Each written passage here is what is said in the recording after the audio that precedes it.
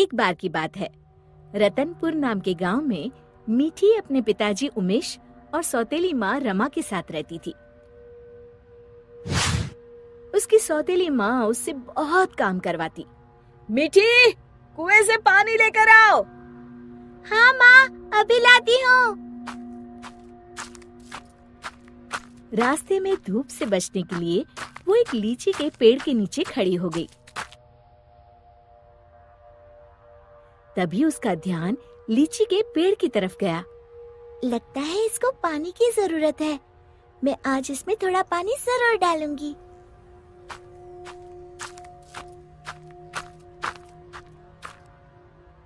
लौटते समय मीठी अपने घड़े से थोड़ा पानी लीची के पेड़ में डाल देती है। अब ये उसका रोज का नियम हो गया।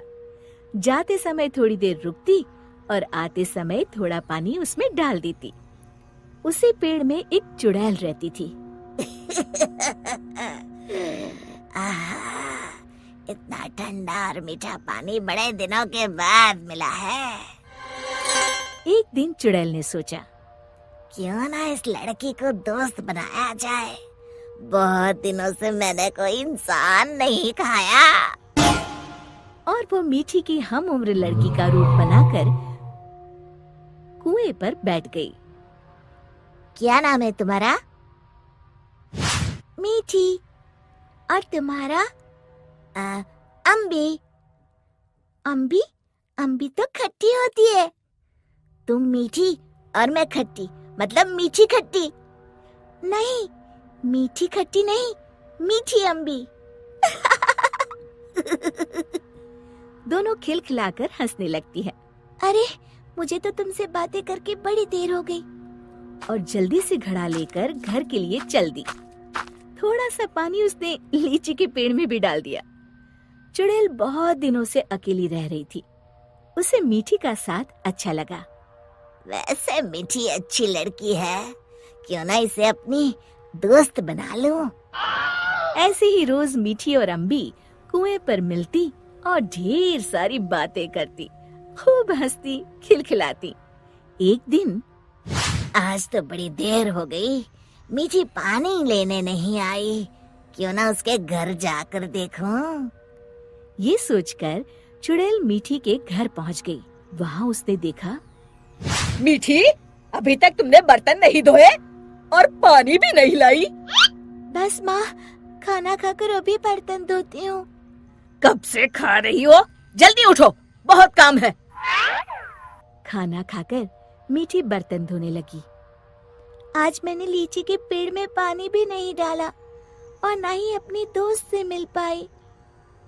तभी चुड़ैल ने जादू से पूरे बर्तन 1 मिनट में धो डाले। मीठी आश्चर्य से यहाँ वहाँ देख रही थी कि चुड़ैल उसके शरीर में प्रवेश कर गई और वापस आकर सोफे पर लेट गई। अच्छा, तो राजकुमारी आराम फरमा रही है। बर्तन कौन धोएगा? धुल गए। रमा को मीठी की आवाज भारी सी लगी। अच्छा, जादू से धोए हैं क्या? हाँ। अब झाड़ू कौन लगाएगा? कपड़े कौन धोएगा? तुम। और कौन? अच्छा, तो मुझे जवाब देती है। ये कहते हुए रमा ने मीठी का हाथ पकड़कर झकझोर दिया। पर मीठी रोज की तरह रोई नहीं, तो रमा को और तेज गुस्सा आ गया। मारने के लिए आगे बढ़ी ही थी कि मीठी ने उसका हाथ पकड़कर गोल घुमाकर छोड़ दिया। रमा तेजी से गोल गोल घूमने लगी। कुछ देर तक घूमने के बाद रमा ने एक बार फिर हाथ उठाने की कोशिश की। इस बार एक धक्के में रमा घर के चारों कोनों में टकराई और फिर एक कोने में जाकर गिर पड़ी। अब जाकर कपड़े धो। जाती हूँ। वो आराम से सोफे पर लेटकर टीवी देखने लगती है। थोड़ी देर बाद रमा कपड़े धोकर कमरे में आई। जाओ, जाकर झाड़ू पोछा करो। रमा कुछ बोलने ही वाली थी कि मीठी की लाल लाल आंखें देखकर डर गई। लगाती हूँ, अभी झाड़ू लगाती हूँ। इतने में मीठी के पिताजी आते हैं। उन्होंने पहले कभी रमा को काम करते हुए नहीं देखा था। रमा, तुम काम क्यों कर रही हो? मीठी कहाँ है? रमा जोर जोर से रोने लगी और उंगली से इशारा किया जहाँ मीठी आराम से लेटी हुई थी। मीठी, मैं क्या देख रहा हूँ? मीठी के पिताजी उसका हाथ पकड़कर उसे उठाते हैं, पर मीठी को देखकर बुरी तरह डर जाते हैं और पीछे हट जाते हैं। ये देखकर मीठी के शरीर में घुसी चुड़ैल जोर जोर से हंसती है।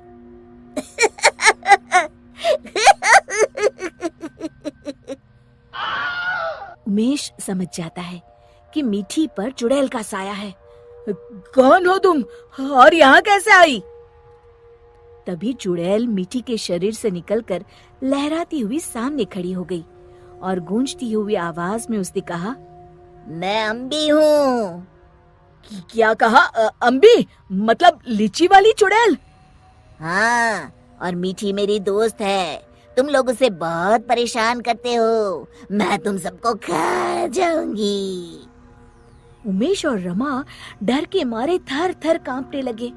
हमें माफ कर दो अम्बी, आज से हम ऐसा नहीं करेंगे। हाँ हाँ, हमें माफ कर दो, आज से हम ऐसा नहीं करेंगे। मैं कसम खाती हूँ, मीठी को अपनी सगी बेटी की तरह ही रखूंगी। नहीं, तुम सब झूठे हो।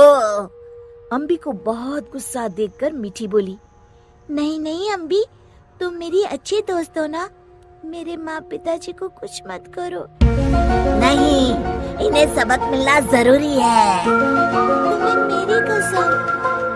ठीक है, अभी छोड़ देती हूँ, लेकिन जब भी तुम्हें मेरी जरूरत हो मुझे बुलाना, मैं फौरन आ जाऊंगी। और फिर उस दिन के बाद से रमा ने कभी मीठी को तंग नहीं किया।